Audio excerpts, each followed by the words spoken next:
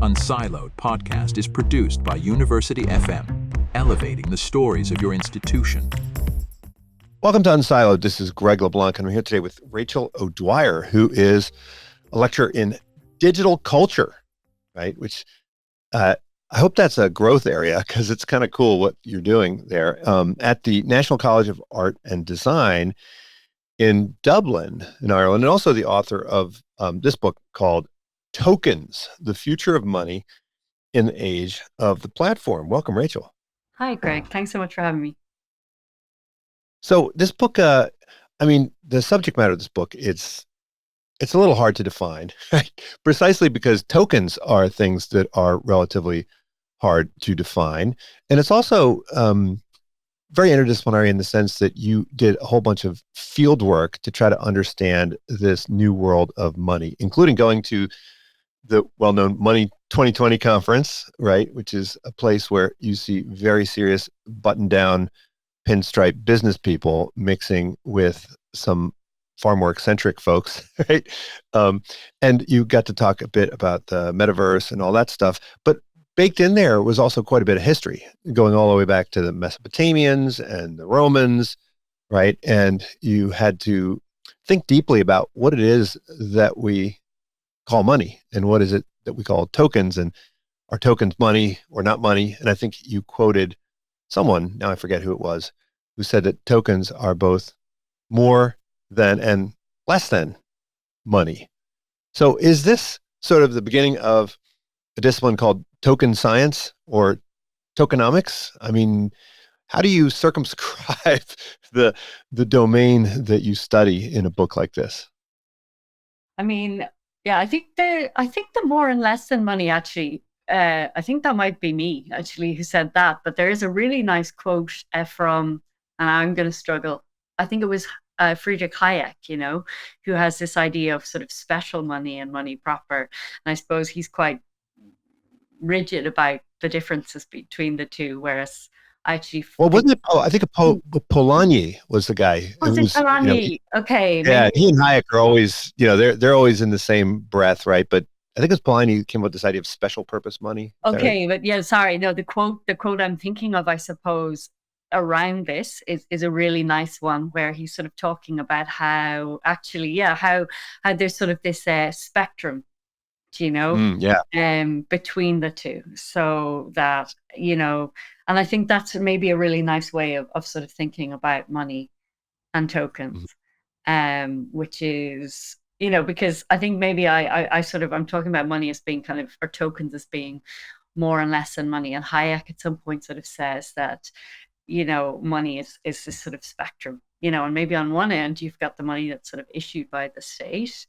And maybe on the other end, I don't know, you have, if Fortnite skins had been a thing, maybe when, Hayek was writing, he might have put them on the other end. I don't know, things that are, that are kind of money-like, or things that are issued by non-bank-like entities that are used in very special instances to pay for very specific things only by specific people, things that come with very specific strings attached to them, for example. And, rather than thinking about like things as being kind of money and not money, that we can sort of think of them as being this whole sort of like spectrum of money-ish stuff that sort of fades from black to white, or from, I don't know, technicolor to whatever the opposite of that is. And I just found that kind of quote really, really kind of sort of, really, really interesting as sort of a way of thinking about these. And because even when I am making a distinction or between money and tokens, I actually think that distinction is actually super, super blurry, Yeah, I mean, I guess in economics and culture, right, we generally don't observe these huge discontinuities, but in the law, right, we do have discontinuities, right? So it's very important, I guess, legally to figure out what's money, what's not money, because finance is probably the most regulated industry on the planet, right? Yeah. And so you start off the book actually with this wonderful story about someone at Money 2020 who was suggesting that the product was money, but not really money. Yeah. and that's because of the importance of that legal distinction, right? Yeah, and actually maybe that's a really, I mean, because often, when you talk to economists, they have a really kind of a rigid way of talking about money. So they say they give three definitions for money. It's a unit of account, it's a means of exchange, and oh God, I'm actually forgetting the third one. It's storage. I know it's got a neater way of saying that.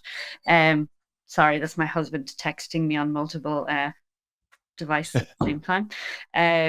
We're supposed to be doing a digital detox day today from my child's school, and he's clearly not adhering to the digital detox day. Um, but sorry. So yeah, economists, usually have this rigid idea of money again. So there's three definitions. I'm sorry. You want Um, to take it? You can take no, it if you. no, it's one message. I'm just gonna, but it's like it's coming in on multiple devices. I've I just see. turned it off. Sorry.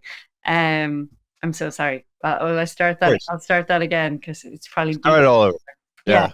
Yeah. So economists usually have this quite rigid definition of money, that it's three things. And if it's these three things, then it's money. So that's, that it's a unit of account, a store of value, and a means of exchange. But I think there's sort of a fourth thing that we often hear: something has to be money.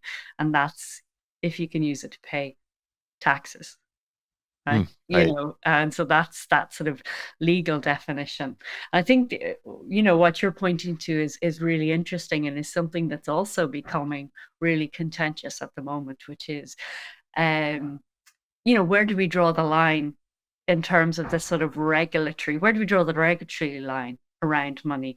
And I think what I found quite interesting with tokens is that, increasingly as we're seeing these sort of non-bank entities emerging and issuing money-like things, the token becomes a sort of regulatory sleight of hand. It becomes a way for platforms sort of to issue money like things, but sort of say, well, hey, because this isn't real money, I'm not really a bank. So I'm doing everything that banks do, but because I don't have a financial license, I'm not actually processing payments. I'm doing everything that employer does, but because I'm not handling money, I'm not officially an employer, and therefore I don't have any duty of or any responsibilities towards these people who are working or making a living on my platform.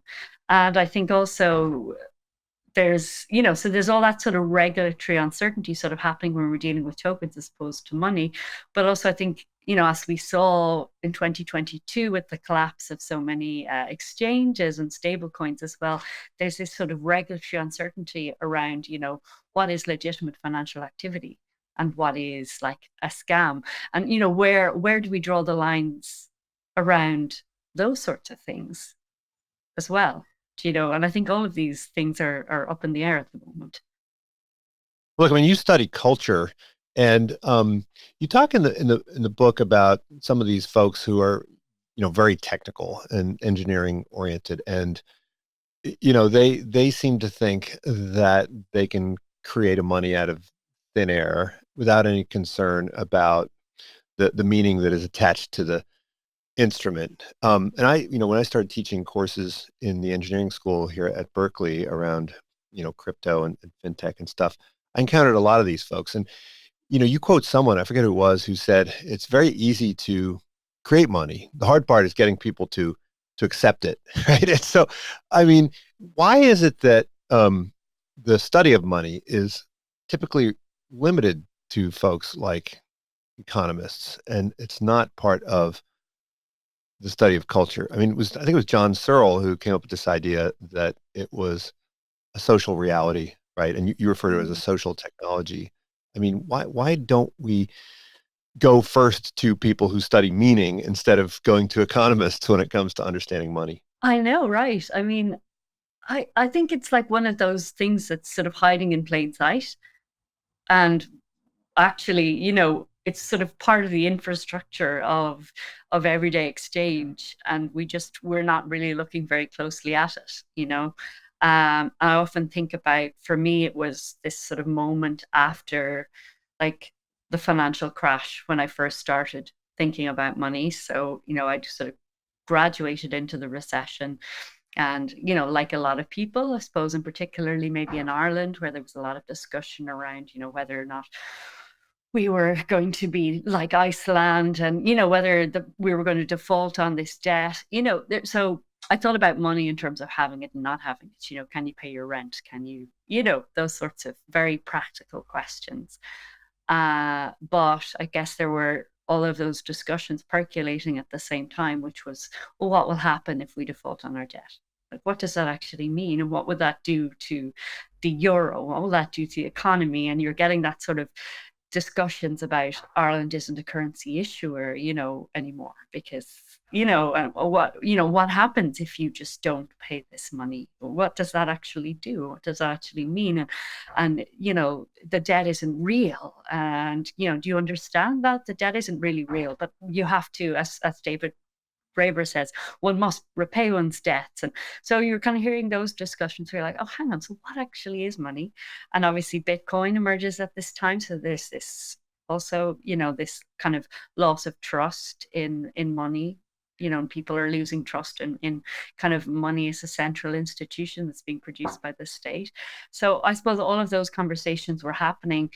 And I was also, I was telling you just before we came on the podcast that my background was in fine art. And then I went from that into sort of looking at sort of the social and kind of political implications of technology. So I guess I started to think about money as being a technology like other technologies. So something that was socially produced, and a bit like the kind of tech bros you just referred to. I guess idealistically at that time, I thought, oh, it can be designed differently. Like, oh, if we design it a different way, maybe, we can make a better money. So I jumped into money in about 2013, also with that idea that this Bitcoin thing sounded really interesting, because maybe we could make money that could be more equitable or fairer or better. So I definitely had all of those ideas, I think, going into money. But first of all, I just had this moment where I kind of went from thinking, oh, money is this really boring, difficult thing that I just, that I don't have, and never really thought very much about, except in terms of whether or not I could buy nice shoes and pay my rent, to suddenly being like, wow, this is this incredibly complicated, creative, just fascinating exchange media that structures everyday life in really fascinating ways. And since then I've just been, I'm no better with money in a practical sense, but I'm still really, I'm really, really interested in it as a form of, as you say, communication. And I teach a class. I teach in art college now, as you said. I teach digital cultures, but I teach a class called Art and Money, and that's to artists and designers, where we look at a lot of the kind of relationships, I suppose, between art and money, and kind of questions around sort of the like cultural connections, I suppose, between sort of like markets and value and things like that as well. And I actually do think artists and designers are in a really good position to think about money, but they often don't. Yeah, I mean, I think one of the chapters of the book, you talked about going to Geneva, right, where they have all that art in storage. And I've always found that fascinating, because that art can stay there for, for decades and never see the light of day, and the ownership can change, right? So, what's actually being traded is the title to the art. And I guess in a previous era, that title would have been some physical object, right? Like a receipt of some kind, a little bearer note, like the tobacco warehouse receipts or the goldsmith's receipts. But now it's all done presumably through contracts and digital and so forth. I guess this also means that some people might show up one day and discover that it's missing. I think that happened with the wine. I think there was someone who was storing wine, and the wine became tradable, and then the wine had actually disappeared or been consumed or never purchased in the first place. Yeah. And I mean, I guess the question that sort of arises with those is sort of, does it even matter? Yeah. Does it matter? As long as nobody knows, as long as nobody finds out that it's missing, right? But who cares? A bit like your fiat currency, or I think there's a story in the book about the sort of rye, the sort of there's plenty of examples, I suppose, of currencies that are initially created with some valuable good sort of backing them, that good disappears, and then the token just continues to circulate, continues to have value, even though the initial good has vanished. So there, one example of that, which blockchain kind of grows again really like, were these sort of rye stones from the Yap Islands, Mhm. which they tend to stay in place because they're really, really heavy and hard to move. And then the token, sort of moves hand, or there's sort of an oral history about who owns them. So, instead of kind of exchanging the stones because they're really heavy, you just sort of say, okay, well, now the stone that belonged to Anne belongs to Bob, or belongs to Greg, belongs to Rachel. But the stones are manufactured off the island and brought over on these boats. And one time, one of the stones fell off a boat in a storm and landed at the bottom of the ocean. But they decided, oh, well, we still know where the stone is, it still existed somewhere. So we'll just continue to trade on it, because they're hard to build. So we know it's down there somewhere, you know. Yeah. And the But, same could be said maybe for the wine, you know, even if but, someone but in that knows. in that case, though, the tracking and the ledger is all in the mind of the people on the island, right? There's no token that represents the stone because Mhm. the token exists sort of as a mnemonic. 'Cause you talk about physical tokens and right digital Yeah. tokens, right? But normally when we think of token, we're thinking of a physical object that helps as it's like a mnemonic tool, right? Well, yeah, I suppose because, the blockchain is a ledger. So you're talking about as you say, a mnemonic, a memory tool. And this is just, it's kind of, it's oral, or yeah, oral or shared history. So, instead of it being a shared ledger on, bunches of databases, this is it's kind of a socially shared history of value. Um, Well, sometimes we make a distinction between nowadays between private and public money, or general purpose and special purpose media of exchange. And when you start looking, you see it everywhere. I mean, frequent flyer miles, of course, are the most commonly used form of private currency. I mean, when you looked around, did you start seeing these representations of value everywhere, and find them in unexpected places? When I teach my course on money and banking, I sometimes point to like S&H green stamps. These are things that my grandmother used to collect, right, to go and buy toasters and stuff exactly. like that. I mean, Yeah. they're everywhere. I mean, I remember New York City subway used to have subway tokens, and they actually, I think, entered into circulation during the Great Depression when people didn't have cash. They would use subway tokens and postage stamps and all Yeah. sorts of things. Yeah, exactly. In Ireland, we had the butter vouchers, which are a bit like food stamps here, that you have, in that they were sort of a social welfare token.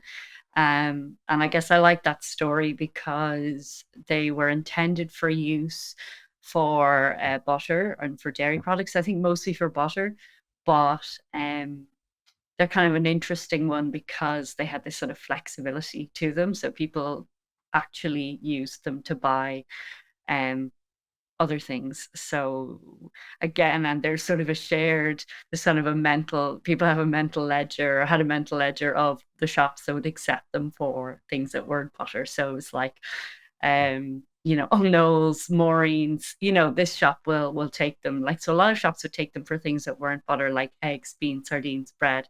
But then some of the shops would even take them for cigarettes and, Yeah. cheaper forms of beer and things like that. So, um, Did the yeah. government ever notice that the butter was not, Yeah, selling? the butter. Yeah, because it was to solve this EU. There was some EU directive, that produced what was called, which sounds really disgusting, a butter mountain, in Ireland, where we had this oversupply actually of Kerrygold. So yeah, I wonder, did they ever notice that they weren't solving? Maybe there was just so much butter that, like, you just couldn't get rid of it. You couldn't give it away.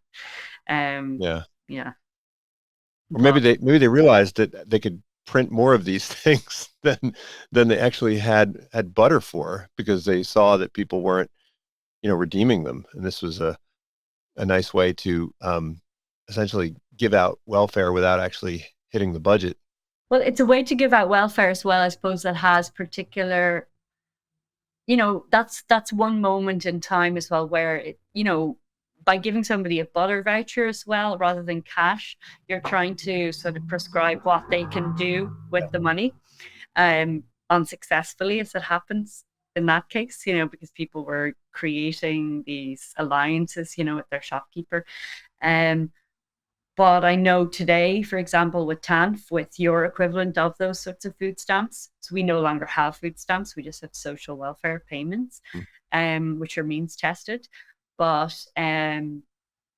with TANF, with the sort of equivalent of food stamps in the US, as far as I understand it now, you can't buy, for example, hygiene products. You can't buy cooked food. You can only buy, that there's all sorts of kind of morality written into or prescribed into those stamps. So when we start thinking about tokens as being less than money, that there are all sorts of kind of strings attached, all kinds of prescriptions, all sorts of controls attached to welfare payments, refugee payments, all kinds of ways in which we can sort of control, prescribe behaviors when we issue tokens as opposed to quote unquote fungible, I suppose, cash or money. Well, this is a sense in which tokens are less than money, right? Because they are, you can only use an Amazon gift card at Amazon. You can only use, right, your butter voucher supposedly to buy butter, right? And you can only use your frequent flyer miles on the airline that issued them.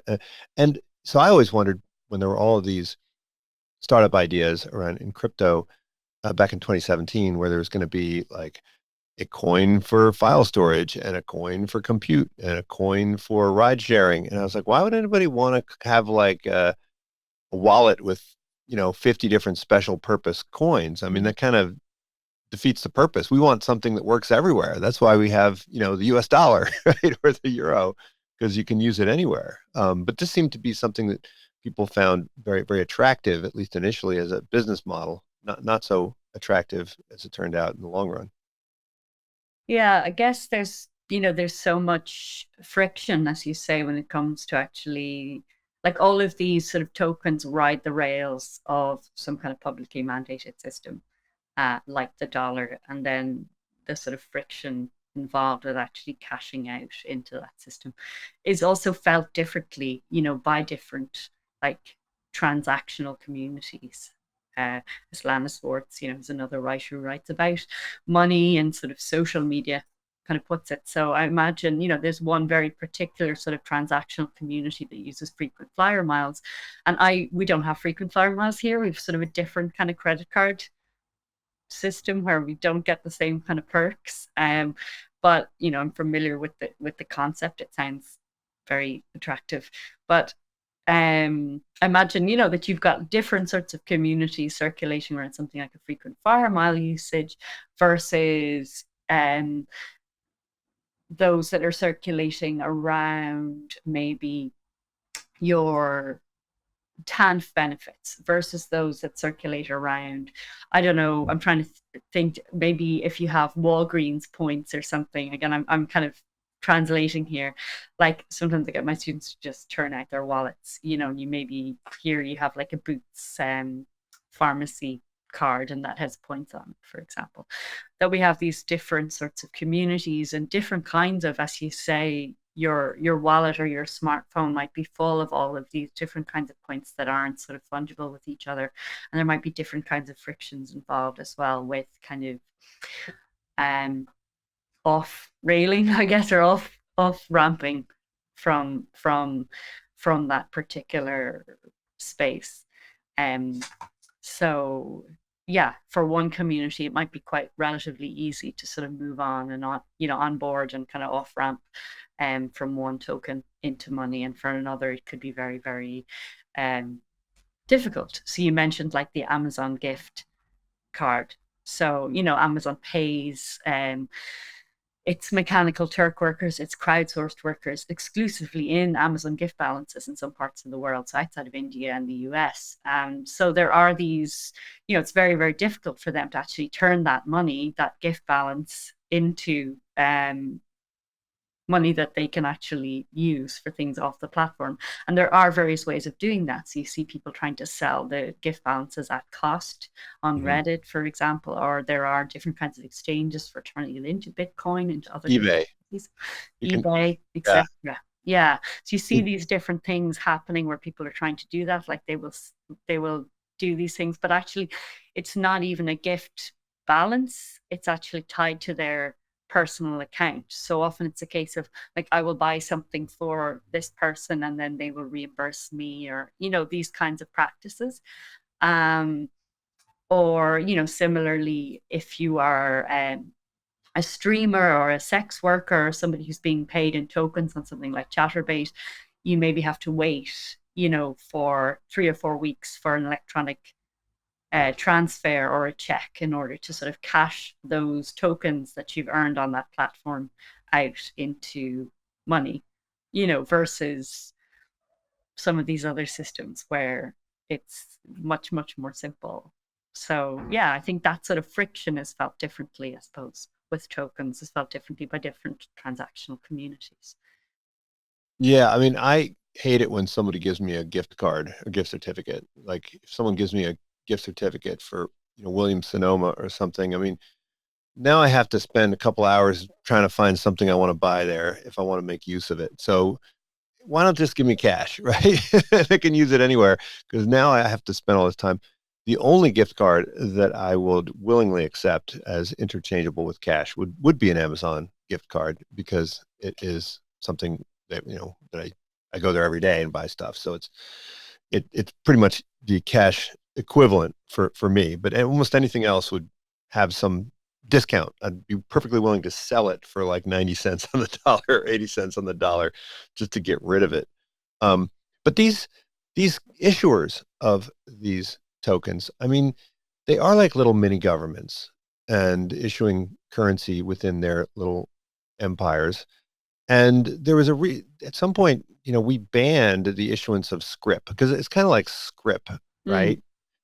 Particularly in these places like Twitch that you describe, and you spend a lot of time digging into these universes where people are paid in some form of script. So why do you think we made script illegal, and then why do you suppose we sort of made it legal again in the U.S.?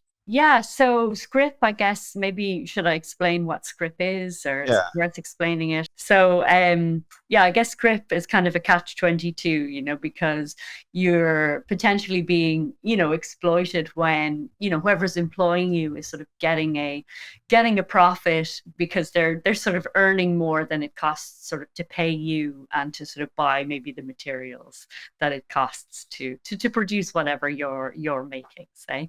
But script is sort of double exploitation because they're paying you kind of in their own special token that you can only redeem basically in the company store.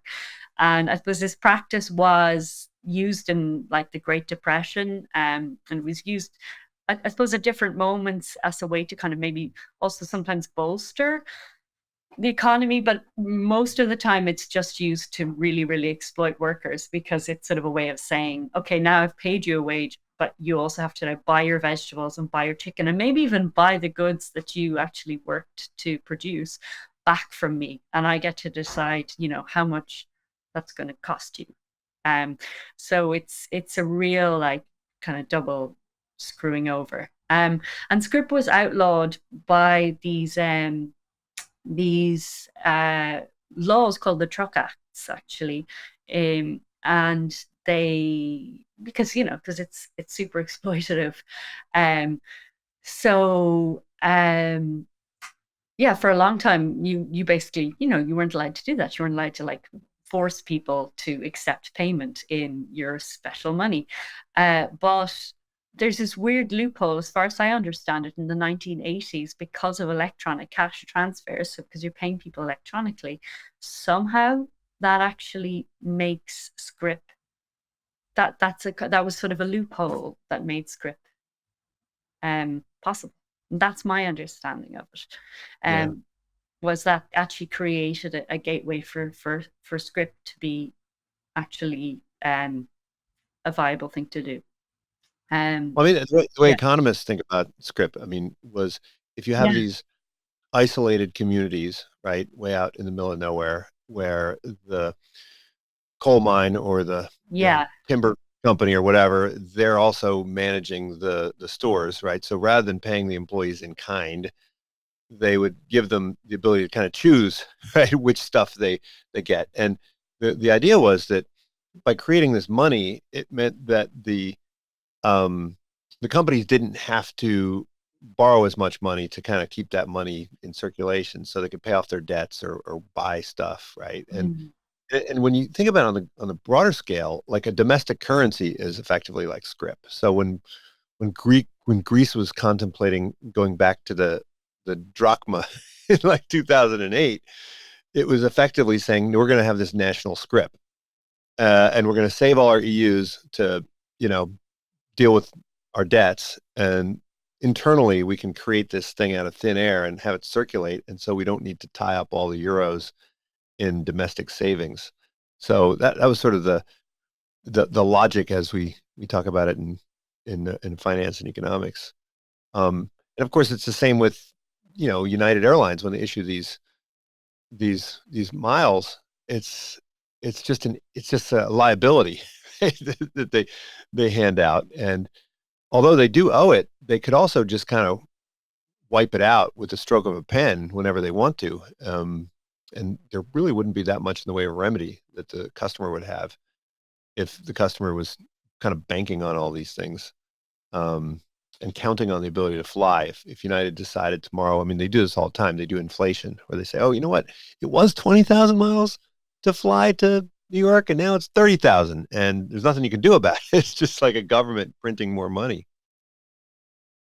I mean, I guess the only kind of good thing sometimes about these sorts of internal tokens is that obviously, they produce this huge kind of regulatory space of exception for platforms, which is super exploitative. But sometimes, they can also be this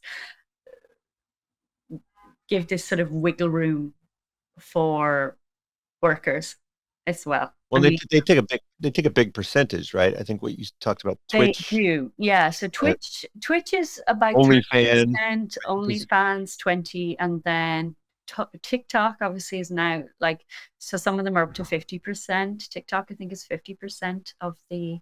So they now also have this sort of gift economy. So recently I was looking, in the run up to the election, you had teenagers who were like doing live debate battles where they're sort of debating, Trump versus Harris, and they're getting paid in sort of virtual TikTok gifts by live audiences for that. And some of them maybe are like politically engaged, and then some of them just want to pay off their student loans, you know. They're being paid in these virtual gifts that are, things like ice creams and cowboy hats, which are worth, they're not worth very much. They might be worth 1 cent or $1, up to larger gifts, which are worth maybe $500, like the TikTok universe or the TikTok lion, which I think is worth about $400.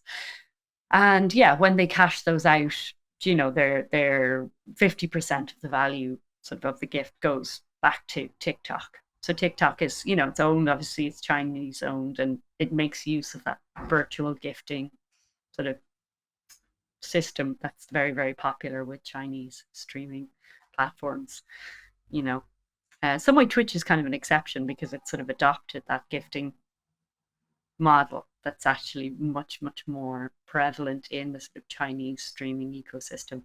Um, yeah, where you gift rather than subscribing, really, or and so there's this whole universe of people who are, I guess, performing um, live, and then are rewarded by observers, right? So I mean, this seems like a huge thing, right? I mean, there's a big percentage of the population that's participating in one way or another, and if you're not aware of it, it's kind of invisible to you, right? I mean, did you had to kind of explore the nooks and crannies of this world as a sort of lurker. I mean, what did you learn about the people who live in this world, and what is the impact of the tokenization of all their sentiments and everything else?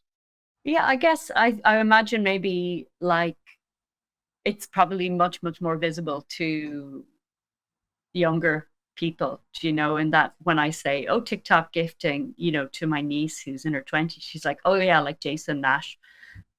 So there's YouTube personalities who are quite well known who have recently moved to TikTok and are now sort of quote unquote like panhandling there. And so they'd be quite visible, I think, to maybe people in their 20s and less visible probably to people my age. But I think I initially became interested in because I read a book by Emily Witt, who's a nonfiction writer based in the US, called Future Sex. And at one point in that, she mentioned this platform called Chatterbait and this idea of tokens and the fact that tokens were being used to sort of remunerate sex acts on those platforms. And I was like, holy shit, this is money. And it's like, it's this weird space where money meets intimacy, and I find that really fascinating. Because I think the point I was going to make a second ago was obviously for platforms, this huge regulatory space of exception where they're saying this isn't really work, ergo I owe you nothing. But also for workers, there's sort of there's a kind of rhetorical flexibility with the token where because this isn't real money, it sort of creates this kind of parasocial space where you can be just messing around, just hanging out, you're all Mm. just friends, and yet money is sort of changing hands. Hmm. You can kind of establish what feels like real intimacy, um, but still it's a transaction, and yet the boundaries sort of between the transactional and the intimate can kind of be subverted in kind of very interesting ways because what's at stake isn't quite real money, even though it's being used to pay real rent, real debts, real Yeah, so livelihoods that's interesting. for life. So Yeah, yeah, so in other words, if you just accepted cash, that would feel dirtier in some way. So you kind of maybe. move it into something that's kind of, I mean, if you give someone flowers, you don't feel dirty. If you give someone cash, you feel dirty. So this is sort of like somewhere between, money and it's basically flowers that you can cash in, right? Yeah, So because there are these platforms like Wish Tender where, women who are receiving gifts on OnlyFans will turn the gift into money. So, for them it is money, but often for people who, for patrons who want to give things, they maybe prefer to give a gift, mhm. rather than to give money. And there might be certain gifts that you want to imagine giving that aren't, Yeah. that aren't money. But then also, there's a whole other area where money itself is erotically charged. And, there, so people, people give money to erotic dancers. So it's not necessarily the case that money itself is always the thing that you don't want to give, but sometimes it isn't, so people will sort of discuss how to curate their wish list, like what are the right gifts to ask for, Mhm. because these gifts are liquid or because they are the kinds of things that people want to imagine buying, and sometimes the tokens, so some of these things on TikTok or Twitch, are you buy particular tokens and then they are emotes, they're like little kind of emojis almost. And Mhm. sometimes those have particular meanings, like they have a kind of vocabulary that, that you can sort of use to express things, which I just find really fascinating. So, particularly on Twitch, like the tokens that you send to a streamer have a monetary value, but they also have this other kind of linguistic value where you can use them to sort of say things to other people in the channel and also to the streamer, but it costs money. Right. So while a smile and a thumbs up might cost the same amount of money, they're different Yeah, in a yeah, way. Yeah. exactly. So Or, before they get converted back to cash, there's some, differential meaning that gets Yeah. created. Yeah. So there, exactly. So something can actually you can be sending somebody money, but also sending them a message. And obviously we can always be doing that with our money, right? Well, like Venmo, you talk about how Venmo, there used to be people who would, I guess, eavesdrop on Venmo. Just watch Yeah, all. yeah. So Venmo stalking. I mean, again, we don't have Venmo here, but I was just so fascinated by Venmo from the very beginning that I think I sort of followed it. And Venmo used to be public by default, so I even used to look at Venmo quite a bit. So you could even just go onto the page up until there was a sort of a news piece about Biden in 2021 where somebody basically reverse engineered his entire network, his entire payments network when he Venmoed his grandchildren, you know, for their birthdays or whatever. So up until that, around then, it was public by default. So you could sort of go in and basically just see all the transactions coming up and see the messages that people had sent to each other.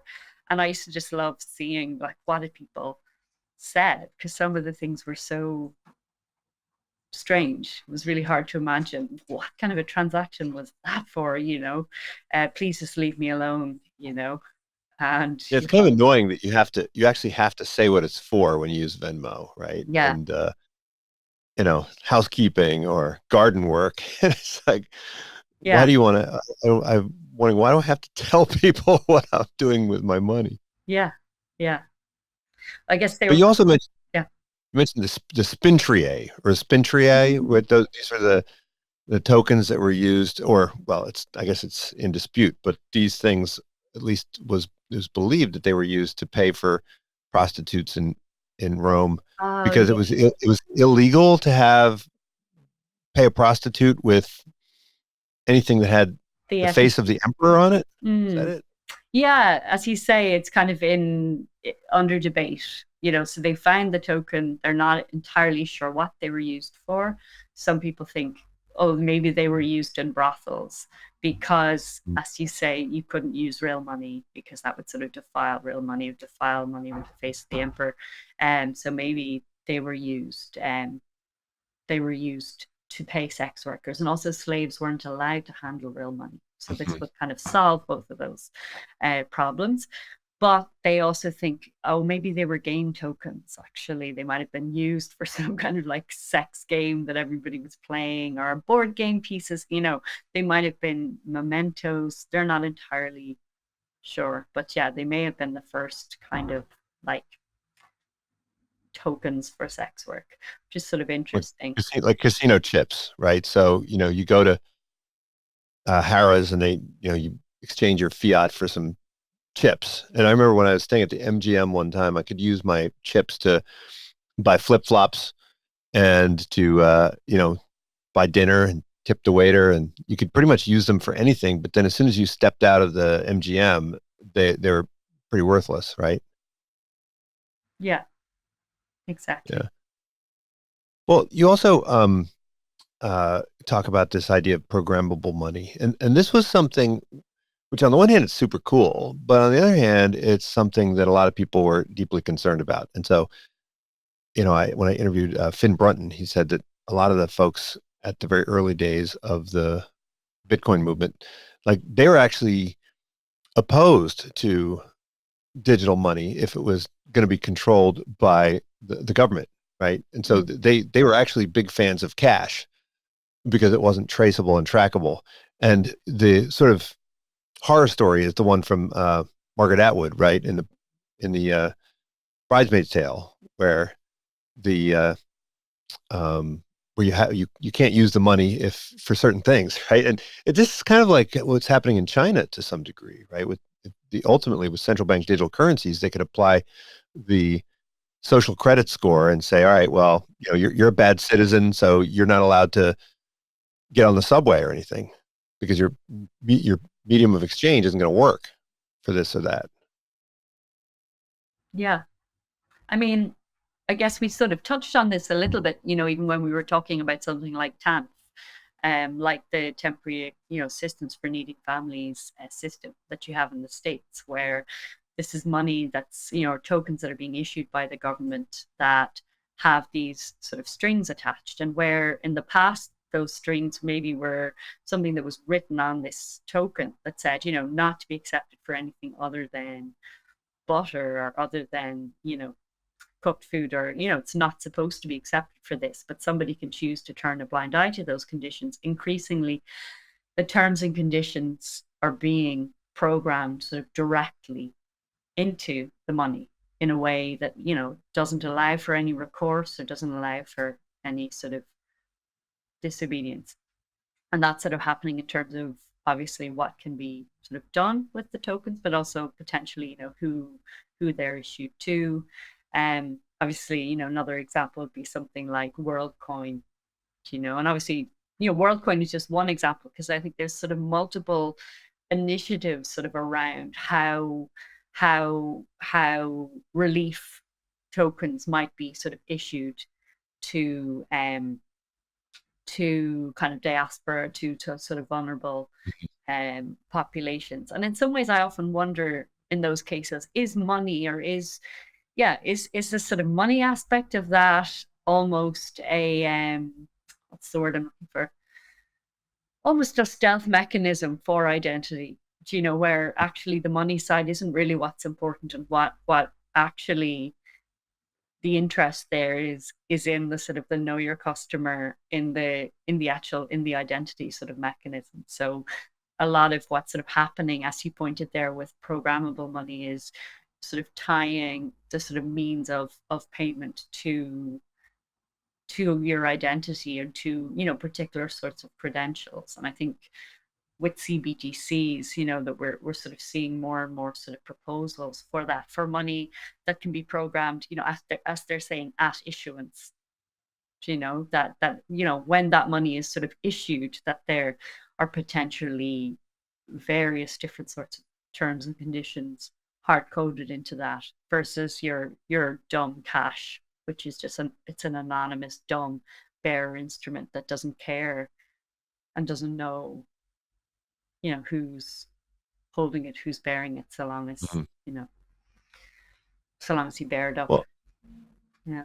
I mean, these folks, like the cypherpunks, you went back and looked at them, and I mean, this seemed like a very, very fringe movement at one point, but now it's kind of mainstream. I mean, the whole crypto universe it's like normal people are getting into this. I mean, what does this say culturally? Does it reflect a decline in trust in mainstream institutions, that we would have, this formerly fringe movement represented by such a wide chunk of people, or is it just these people are just, everyone's just kind of having some fun, doing some speculating, is just another get rich quick scheme. It's just the latest flavor of diversion. Yeah, actually, I was asked by like the Irish Times there to write a piece about like what does the election of Donald Trump sort of mean in terms of for Bitcoin, and I feel like, as you're saying, that there's this sense that things that maybe felt a little bit niche, in the 1990s, have suddenly they're so in your face, and they're so mainstream, in that, if you look at the cypherpunks sort of mailing list in the 1990s, as you say, these sensibilities still feel quite fringe in some ways. So this is sort of a group that, as you say, they're very anti-government. So they define themselves as sort of crypto anarchists, and by that they sort of mean, they just define that as like a technological solution to the problem of too much government. And in some ways, I feel like technological solutions to the problem of too much government is what someone like Elon Musk, and the Department of Government Efficiency, and, quite a lot of the sort of techno-liberal kind of supporters of Trump probably all about. And, some of those ideas that were very fringe, maybe in the 90s, which is during, the Clinton administration, it's the dawn of e-commerce, it's the time of the like Clipper chip controversy, which is sort of a pre-Snowden controversy where I think the US government wanted to put little chips inside all the kind of commercial electronics like phones and computers that would allow them to, you probably know way more about this than I do. I only came across it for the first time when I was reading about cypherpunk. It was going to allow them to decrypt basically phone calls and emails. So it was sort of that first, anti-privacy, on a big broad scale thing where people were like, the government's not going to, read my communications. And so they're kind of, I suppose, assembling sort of around those things, and that's sort of where they're coming at the anti-government, anti-privacy, and using technology, using these tools to sort of resist that. And then you also get those sort of fringe weird ideas, particularly in the dystopian around also maybe freeze your head, go to Mars, and some of those other ideas. And now, as you say, those ideas that seem quite strange or niche or fringe, and also how exactly do they go together, are like emerging as this kind of new like technocracy and this new like religion of the sort of extremely rich kind of white, extremely rich white men in the States, and unfortunately are now like seem to be some of the people that Trump is like cherry picking for his to sort of run this efficient government. And it seems to be this this philosophy that, well, almost, as you say, that government in some kind of sense of incremental politics, or any kind of like democracy should be replaced by like efficient technical solutions, or whoever has the most money. And I think I don't know, I feel like some of those ideas are sort of percolating in the 90s but have really kind of exploded now.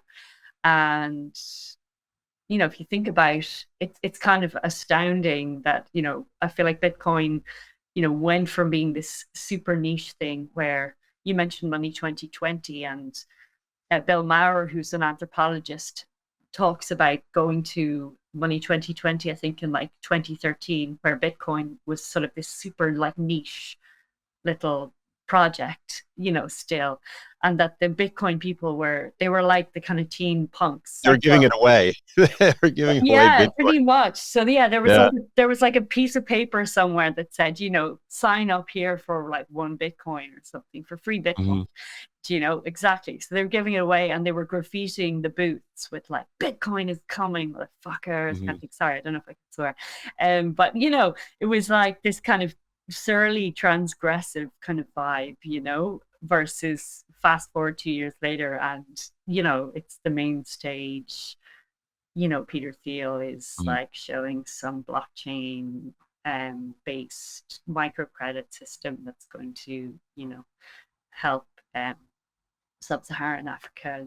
It's like this huge sea change. Well, the one thing I couldn't understand is, there was a time just a few years ago when people would say blockchain and metaverse in the same sentence, and as if they were the same thing. And I can never really understand why they were always lumped together. But in the book, you talk a bit about, right, the metaverse, and how there are people who would prefer to spend their time there as opposed to in the real world, and prefer to accumulate wealth in this alternative universe as opposed to accumulating wealth in IRL in real life. I mean, is that sort of a reflection of the same thing, sort of a lack of trust, or maybe some form of, I don't know, disappointment or disillusionment with reality? I think I was kind of getting sidetracked there a little bit on sort of some of the like political aims, but I do think, I was wondering in 2021 why suddenly was there this huge revived interest in crypto when it had been around since 2013.